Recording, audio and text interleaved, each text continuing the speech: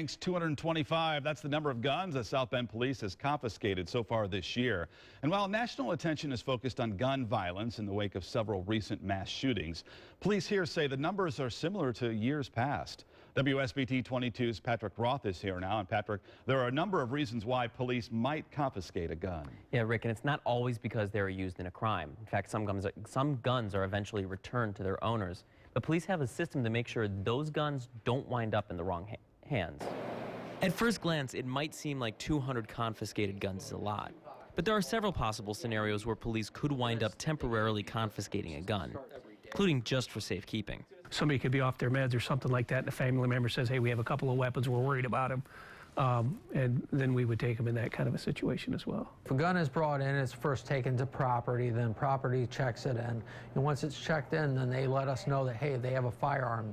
And at that point in time, we'll go and actually retrieve it from property, check it out ourselves. Any confiscated gun is tested by the police and then compared to a national database to see if it was used in any crime anywhere else in the country. And if they're connected, then obviously, if it's connecting to other cases, then we can't release it back to the previous owner if they're a rightful owner. Police say their focus is not on taking legal guns off the street, but on making sure they don't end up in the hands of criminals. We're out working to keep the streets and the city safe in South Bend.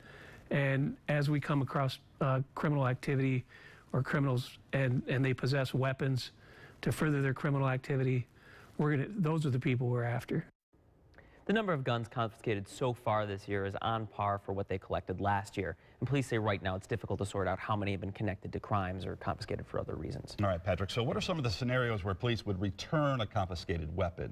You know, one of the best examples they gave is, let's say there's a bad car accident where there's a gun in the car legally owned by an owner. They have to take the owner to the hospital. When, can't bring a gun into the hospital. So when he gets out of the hospital, that person, they could go to the police station and pick up the gun then. All right, Patrick, thank you.